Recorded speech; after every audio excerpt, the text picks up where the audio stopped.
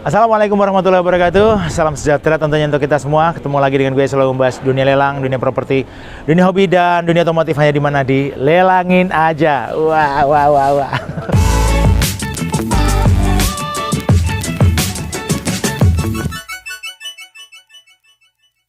Oke teman-teman, kali ini kita sampai di poolnya ACV. Betul, siap, di poolnya dari Astra Car Valuation. Nah tentunya kita akan menyampaikan satu informasi yang sangat penting menjelang mudik lebaran. Mudik lebaran. Ada apa saja yang harus dilakukan dan harus dipahami oleh pengendara maupun supir maupun orang yang membawa mobil. Namanya supir ya? Ya, supir. Walaupun pemilik tetap jadi supir. Ya, walaupun pemilik yang sekaligus nyupir, iya, ataupun pemilik yang disupirin orang lain, ya kan? Nah, mesti harus aware dengan apa-apa yang nanti akan direkomendasikan oleh Pak bos kita yang dari ACV ini. Siap.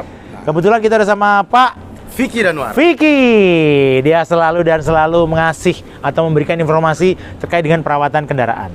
So, tanpa berlama-lama lagi, yang belum subscribe silahkan subscribe, yang belum like dan komen silahkan, kita tungguin sudah. Thank you. Kita langsung saja mulai obrolan kita. Kondisinya manual matic. Matic Kalau ya. Innova tahun-tahun muda itu memang lebih cenderung dan enak itu dipakainya matic. Kalau matic berarti roda berputar depan. Rodanya belakang. Oh, yang belakang ini ya? Oh, belakang. Karena Innova semua masih mengusung roda belakang kecuali nanti yang terbaru ya. Nah, sebelum kita jauh ke membahas ini, tentunya kan sekarang juga kita sama-sama tahu musim penghujan. Betul sekali. Ya, otomatis jarak pandang kalau kita lagi mengemudi ya kan. Terus kaca mesti harus benar-benar clean supaya kalau pas ketemu hujan di tengah jalan kita bisa mengantisipasi. Ya, mengantisipasi adanya hujan yang lebat ya, apalagi sekarang musimnya juga. Betul, apalagi kan kita sering mendengar banyak ya, kita nggak minta ya kecelakaan di jalan tol. Betul ya kan. Sekali itu Mas Cahyo. Itu akibatnya karena apa? Kita saat ini juga masih bertanya-tanya kan, apakah memang karena jalannya licin? Berarti kita masih harus lihat kaki-kaki dan ban juga. Ya itu kan? paling penting. Nah, kalau kita mau mudik lebaran, kira-kira apa yang mesti harus dilakukan? Baik begini Mas Cahyo dan juga para viewer. Gitu kan, penonton dari Lelangin Aja. Nah, itu dia. Memang ada beberapa tips yang harus diperhatikan ketika kita ingin melakukan perjalanan jauh, Mas Cahyo. Ya. Dan juga terutama di musim hujan ini yang kita harus pertama yang harus kita prepare adalah kondisi dari ban sendiri. Ban itu harus bagus, kemudian kembali. Nah, kita langsung ke sini. Langsung ke sini. Kita jongkok ya. Boleh. Nah, dikatakan ban bagus seperti apa? Ayo kita pengen tahu. Ya, yang pertama itu kondisi dari kembang si bannya sendiri itu harus tebal karena jalur-jalur ini kan bukan dibikin oleh pabrikan, itu bukan hanya sekedar variasi. Ya, itu ada fungsinya juga sebagai buangan air ketika dia menabrak air. Ketika dia giles air, dia bisa lewat sini bisa gitu ya. Keluar airnya, jadi tidak terjebak di dalam permukaan ban. Karena logikanya kalau trepes, roda licin ya. Licin.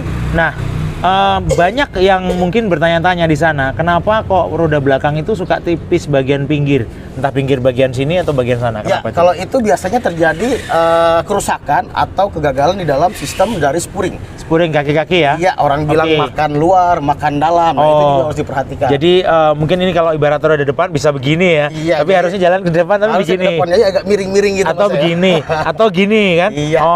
Jadi harus di spuring lagi untuk memperbaiki dari kaki-kakinya. Spuring dan balancing. Dan finishing mungkin bayarnya ya. Jadi kan ada tuh di roda-roda tuh apa namanya, teman-teman yang paham mengenai roda kan ada spuring, ada balancing, dan ada lagi satu proses namanya finishing. Yang itu baru ya, mungkin nggak di setiap orang yang jual ban ada, tapi memang itu perlu dilakukan berkala ya. Betul. Pak Vicky ya. Untuk yang pertama fungsinya adalah yang pertama adalah keamanan. Betul. Yang kedua adalah berpengaruh terhadap umur pemakaian dari ban itu sendiri. Ban itu efektif dipakai berapa tahun, Pak Vicky? Untuk efektifnya adalah kisarannya sekitar 5 tahun. Itu 5 tahun, elastisitas karetnya masih bagus. Di atas itu. Tahun produksinya di mana? Nah, kita bisa juga lihat. Nah, di sini ada tahun produksinya. Oke. Ini cara bacanya gimana nih? Nah, ini kita lihat. Teman-teman. Nah, jadi di sini kita lihat di angka terakhirnya tuh ada 5123. Ya. 51 itu adalah menunjukkan dari minggu produksi dan 23 adalah tahunnya. 51 minggu produksi di tahun itu ya. Iya, jadi silakan. Berarti kira-kira dihitung sendiri ya. Nah, para pemirsa lakukan pengecekan sudah berapa lama. Jadi 2023 sekarang 2025, hampir 2 tahun berjalan ya. Masih aman ya? Masih aman. Masih aman. Juga dari kondisi kembangnya juga masih aman. Kembangnya masih kembang desa. Masih kembang. Oke, selain ban apa lagi? Nah, yang pasti yang pertama adalah karena cuaca gitu kan. Kaca wiper itu juga sangat berpengaruh. Oh, jadi wiper tidak mengganggu jarak pandang dari pengemudi. Untuk yang belum tahu, wiper ini juga ada usia pakai. Ada usia pakai. Karetnya ya? Ada karet. Boleh kita lihat? Siap. Oh. Nah, karet ini. Di sini kan bisa dilihat ya, yang terpenting adalah permukaan dari karetnya ini. Kalau harus rata, lemah, keras. Itu takutnya bisa baret ya? Bisa. Yang pertama bisa baret, yang kedua sistem sapunya dia nggak akan sempurna. Oh, oke. Jadi nggak menyapu air secara kering gitu, secara baik gitu ya. Tapi masih ada sisa-sisa air. Nah, itu mengganggu kalau pas lagi hujan ya. Tebal. Wah, iya benar. Itu sangat mengganggu sekali. Nah, buat teman-teman yang di luar sana silahkan dicek secara berkala. Tetapi kalau kalian ribet untuk mengecek kendaraan kira-kira apa saja yang perlu diganti, karena memang ada spare part kendaraan yang lifetime, ada yang memang harus diganti. Harus diganti. Ya kan, ada sifatnya yang memang harus diganti gitu. Kayak misalkan ini aki. Nah, kalau nggak paham boleh hubungi. Bisa langsung ke inspeksi di Astra Car Valuation. Cakep.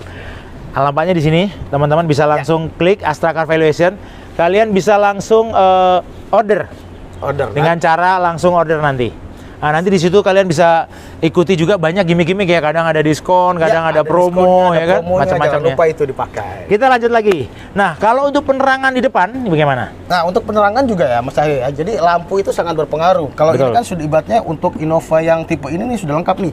Sudah ada lampunya, kemudian lampu utamanya ya, kemudian juga ada fog lamp-nya. Nah, itu juga sangat berpengaruh. Apalagi untuk jalan-jalan di kampung yang minim akan penerangan, nah itu sangat berpengaruh sekali. Nah, ini suka kadang orang salah kaprah, kadang orang mobil tahun lama kepingin diganti lampu yang putih ya. Iya, nah, putih. Itu suka kadang salah kaprah karena memang kalau lampu putih itu memang kelihatan terang. Lebih terang. Tetapi kalau jalannya aspal lagi basah, iya, itu akan berpengaruh. Itu nggak kelihatan loh. Nggak kelihatan, jalanannya tuh nggak kelihatan loh malam-malam. Jadi lebih baik memang lampunya balikin ke orisinilnya. Orisinilnya, karena memang insinyur mobil sudah menciptakan mobil sedemikian rupa. Betul, ya. dengan mempertimbangkan macam-macam ya kan. Betul sekali. Karena memang cahaya putih itu sulit untuk menembus hujan dan kabut. Betul. Jadi kalau fog lamp ini biasanya dia agak kuning, ya, kayak ini putih mungkin ya kan. Nah, di bagian depan ini tadi ya, lampu ya. Lampu mesti harus diperhatikan ya. Yep. Oke, terus apa lagi kira-kira? Yang paling penting sih mesin, Mas Cahyo. Mesin, boleh dibuka mesinnya? Siap, kita buka mesinnya. Kalau mesin tuh kaitannya sama vitalitas, ya. Kalau kita jalan jauh, misalkan nih dari Jakarta ke Jogja, kurang lebih menempuh jarak sekitar 600 kilo, ya kan?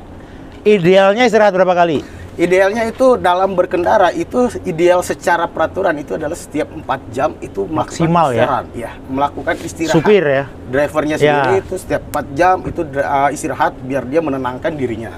Biar rileks ya. Nah, teman-teman, setiap 4 jam nih Astra Car Valuation juga menyarankan 4 jam. Selain drivernya istirahat, mobil juga istirahat.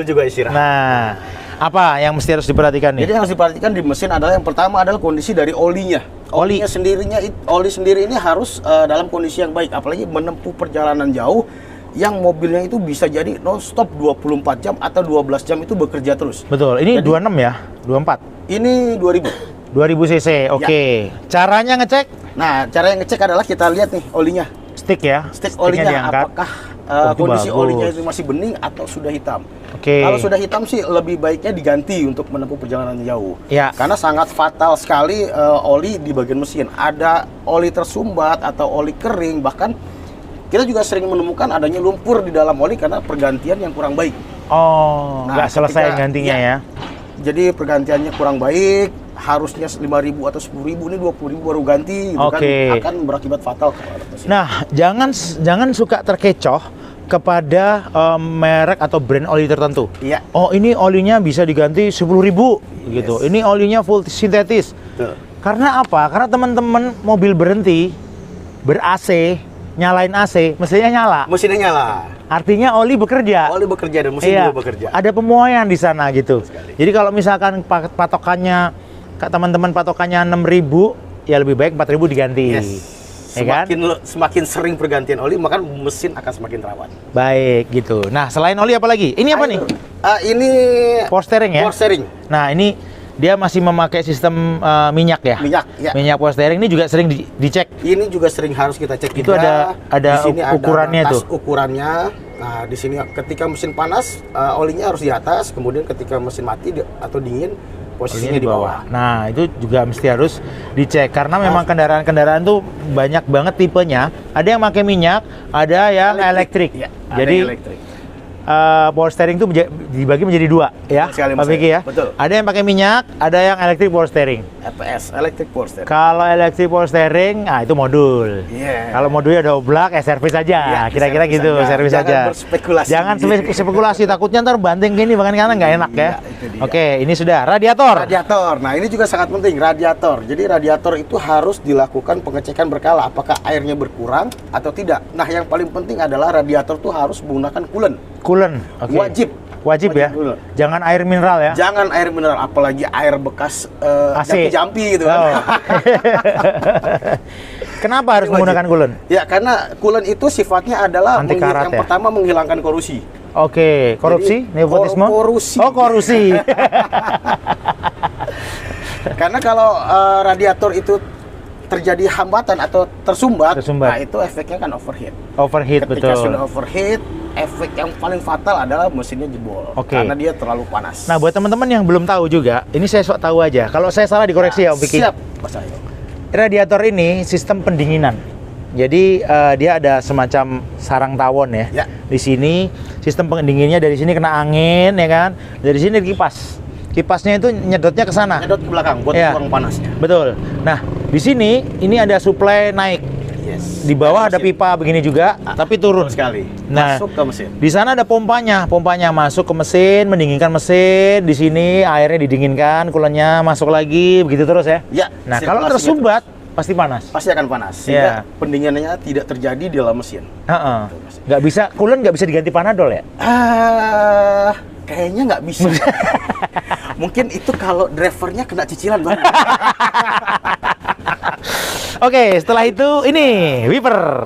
Nah, itu berhubungan dengan bagian kaca depan. Jadi namanya di jalan gitu kan, kita nggak tahu nih ada serangga atau ada kotoran gitu kan. Jadi air wiper tuh harus ready, dan kalau bisa itu ada cairan khususnya untuk membersihkan.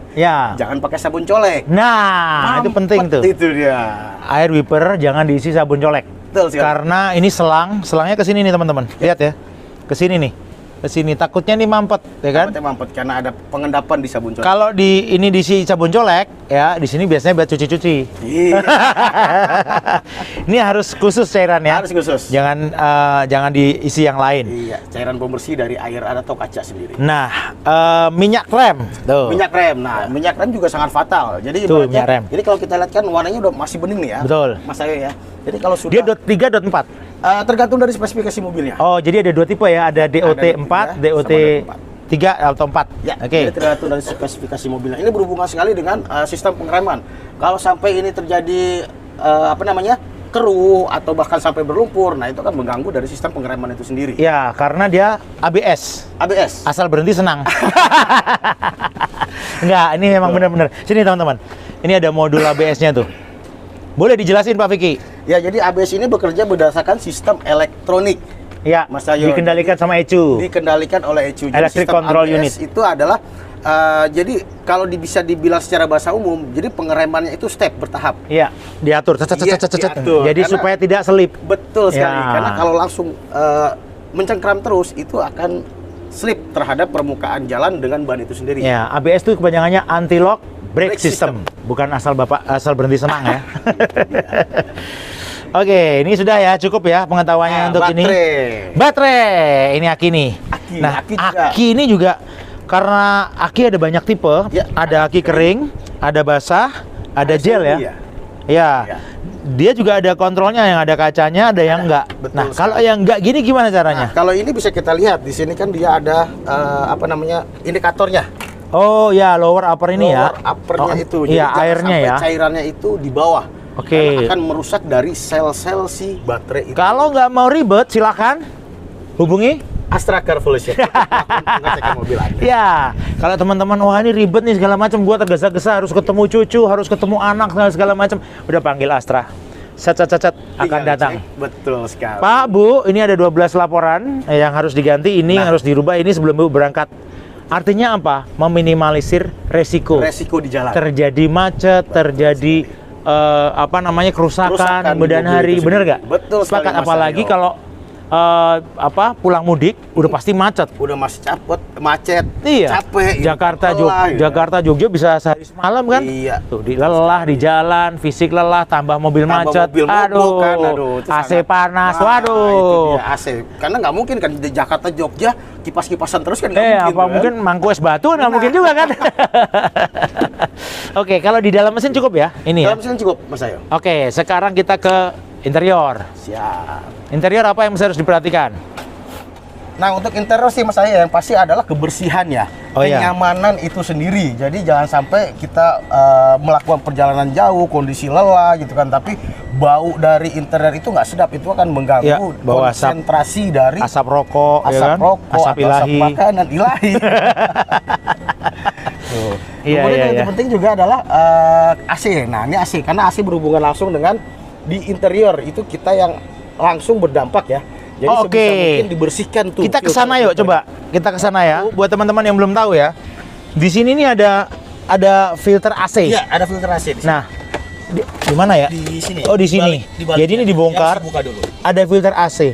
Fungsinya untuk apa? Diganti berkala supaya sirkulasi udara di sini baik AC di depan maupun di belakang tidak bau. Betul sekali. Ya, karena memang dia filter untuk memfilter bau ya. Ya, untuk menyegarkan. Idealnya diganti berapa tahun sekali? Idealnya tuh 6 bulan sampai setahun. Oh, harus diganti ya? Iya. Supaya seger terus ya? Supaya lebih fresh lagi. Itu juga nggak mahal kan? Nggak mahal juga. Nggak nyampe 500.000 ya? Nggak nyampe. Masih murah. Oke, tools apa saja yang mesti harus diperhatikan? Ini apar nih. Ini apar. Jadi ketika terjadi kendala di jalan, ada api di mobil, nah kita bisa mengambil tindakan sehingga terjadi kerusakannya tidak semakin besar. Oke, terus segitiga pengaman ya, juga. Itu yang paling penting, segitiga pengaman, dongkrak, toolset, ibaratnya standarnya mobil itu harus ada. Ya. Untuk mengantisipasi. Jaminan keamanan memang nggak ada, tetapi minimal teman-teman bisa meminimalisir resiko terjadinya akibat dari kecelakaan itu ya. Iya. Contoh ini nih, ini sepele nih. Nah, ini sepele. Di belakang kadang nggak mau pakai. Nah, coba kita periksa di belakang. Oh,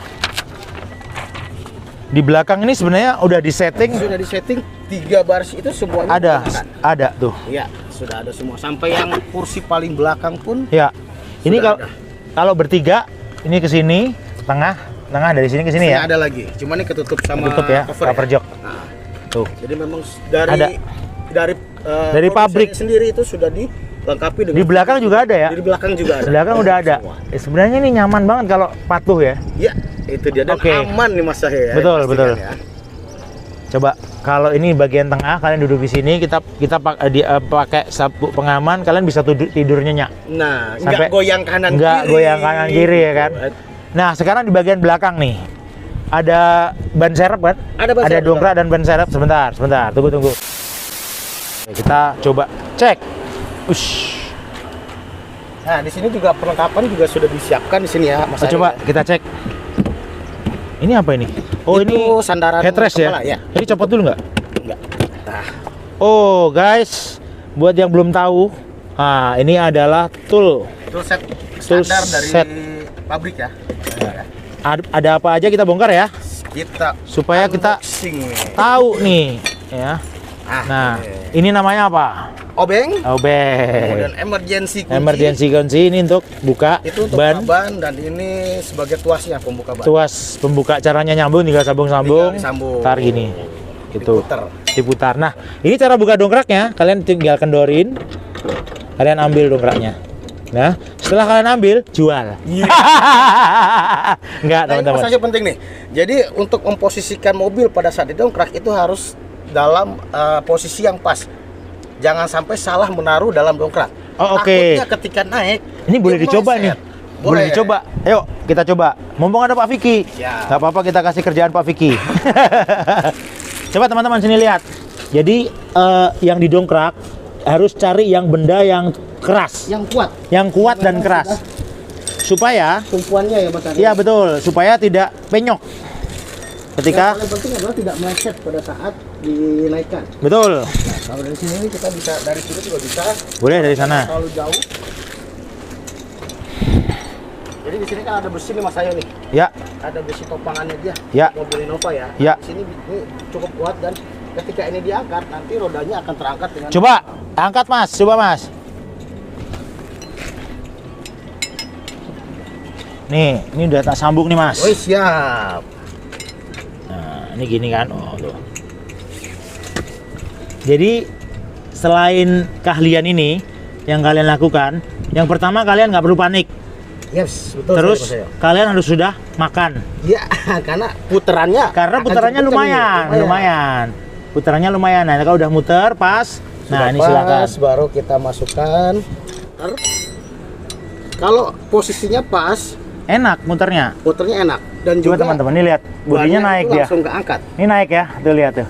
Naik, kelihatan kan? Naik, ban langsung keangkat. Tetapi jangan lupa dikendorin dulu ini. Oh iya. Kendorin nanti dulu. Akan susah kalau itu belum dikendorin. Supaya naik, jadi ganti bannya enak. Ini naik nih. Nah, dia langsung keangkat. Langsung naik. Langsung angkat. Iya, keren. Dan ibaratnya kalau posisinya pas digoyang-goyang. Digoyang-goyang juga aman. Akan meleset. Nah, ini pengetahuan banget nih. Karena tutorial begini memang ACV luar biasa, nggak pelit bagi ilmu. Bagi ilmunya sangat. ACV luar biasa. Nah, setelah ini cara nurunin bannya, ayo. Nah, cara nurunin bannya untuk Innova khususnya ya, karena kan setiap mobil akan berbeda-beda nih caranya. Bannya itu posisinya di belakang. Di sini. Paskan. Fortuner Innova sama.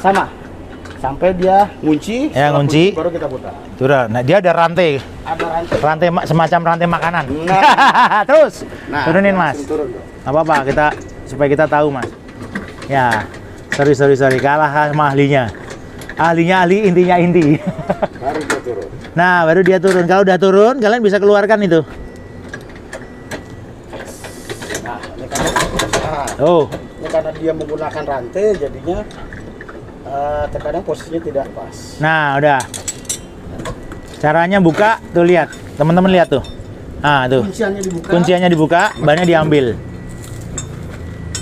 Nah, bannya diambil. Kadang banyak teman-teman yang nggak paham caranya ngeluarin gimana. Nah, ini sepele tapi penting. Ya. Caranya setelah ini nanti diganti, ban serepnya naikin lagi. Bannya naikin nah, lagi. Kalau udah diganti, ya kalau udah diganti sekarang naikin. Cara naikin. Sama seperti kita tadi buka ya Mas ya. Betul. Jadi yang ini kan dia kuncinya. Terkunci nih. Betul. Jadi kita masukin dulu. Harus pas. Kita paskan nih. Pas ke lubangnya ya. Ya. Jadi sehingga dia tidak bergetar nanti kalau pas jalan. Bergerak. Betul. Udah, saya pegangin sampai yang puter. Baru kita putar lagi.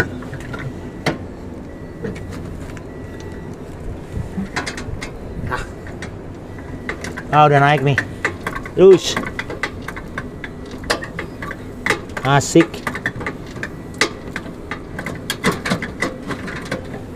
Nah, sampai nanti kita kembalikan ke posisi semula. Sampai dia tertutup di balik bumper. Betul, dia sembunyi di balik bumper. Jadi nggak kelihatan. Kenceng juga posisinya. Sampai kenceng ya, supaya nggak ada getaran. Dah. Tidak bunyi nanti Pak. Sekarang dongkraknya turunin. Kita turunin sekarang. Ayo. Wah, ini ACV luar biasa nih.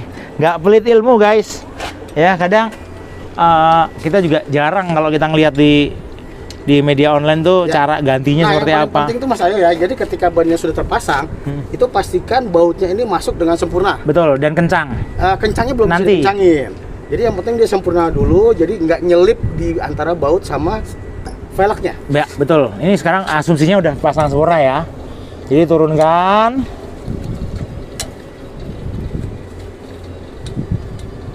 Jadi kalau brand Toyota itu disertai ini ya, hampir atau semua brand ada ya? Semua mobil pasti ada. Oke. Nah, ketika sudah, tinggal tarik.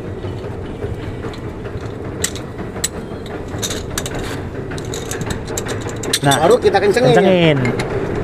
Betul. Nah, tap kencengin ya. Kencengin semua. Kencengin silang ya. Sini, ya, sini gitu ya. Gini ya, gitu ya. Jangan gini gitu ya. Oh ya. Oke. Sehingga nanti menempelnya presisi. Itu ya. Dan juga jangan lupa handbrake. Handbrake, oh iya benar-benar. Soalnya kalau handbrake-nya tidak aktif, jalan dia. Kemungkinan maju tuh ada. Oh iya, dikencengin maju. Takutnya kalau pas bocornya ditajakan ya kan, atau turunan kan. Itu dia, Mas. Nah, ayo kita pulangin lagi nih. Luar biasa nih Pak Vicky nih. Nah, ini ada locknya ya di sini. Nah, itu ada locknya tuh. Jadi yang sekarang itu ada locknya. Kalau dulu pakai baut. Oh iya. Cuma karena kebanyakan hilang bautnya. Jadi kasih lock. Jadi sekarang dikasih. Udah dipikirin ya. Otomatis. Sudah dipikirkan oleh. Kembalikan lagi nih.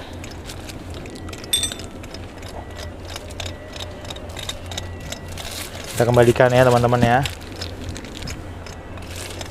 Untuk mengembalikannya yang pasti harus di full ya Mas Cahyo ya. Ya, harus ke bawah ya. Harus ke bawah supaya dia bisa nanti ketika bisa dinaikin masuk. bisa ngancing. Ya. Nah, ini dikembalikan ke sini teman-teman.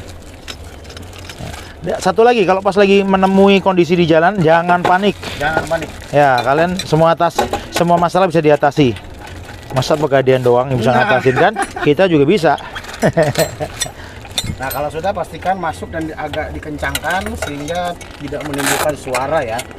Jadi agak dirapatkan, agak dinaikkan lagi sehingga tidak ada suara yang muncul ketika jalan. Ketika jalan nggak ada getaran-getaran asmara. Nah ini sekarang masukin. Sip. Nah itu teman-teman lihat, udah presisi pada awal mulanya. Silakan Om Vicky ditutup.